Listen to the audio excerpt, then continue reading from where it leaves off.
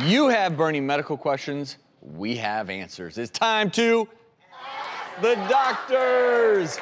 And today we have part of our family here. Kaydee from our art department is here looking for a second opinion.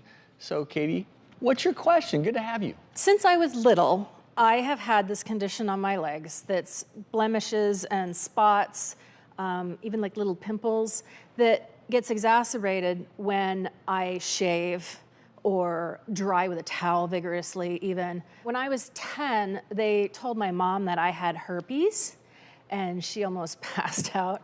I've tried calamine lotion, I've tried antibiotic creams, I've tried hospital scrub, and nothing seems to make these gross, gaping open wounds on my legs, A, not come up, and B, not heal quickly. So I'm wondering if you guys have an answer for me. So while I know you were told that this was herpes and that freaked your mom out, this is definitely not herpes, okay? So herpes simplex virus infects about 2/3 of the adult population, but does not look like this. What you're describing after shaving, we see this, it's what I think called folliculitis, which is inflammation of the hair follicles. And it's much more common when you've been overheated or sweaty. And then like you mentioned, after shaving, because earlier we were talking about the microbiome and how important all that bacteria is that appropriately lives on our skin.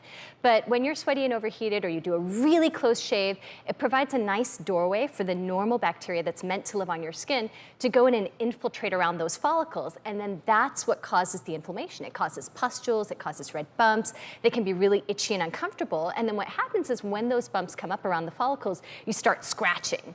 And then that's when you get the open sores. So the treatment for this, interestingly, is a couple things. One is to change the way you shave. So generally shaving in the direction of the hair growth will decrease how closely you're shaving so it doesn't nick and irritate and open up those follicles to the same degree. The second is maybe shaving a little less closely, even using like an electric razor. But if you continue to get this, you can use antibiotic ointments and washes like you did. Sometimes even oral antibiotics can help.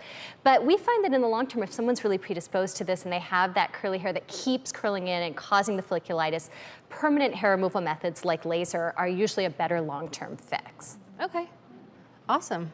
And Kaydee, you've been dealing with this way too long.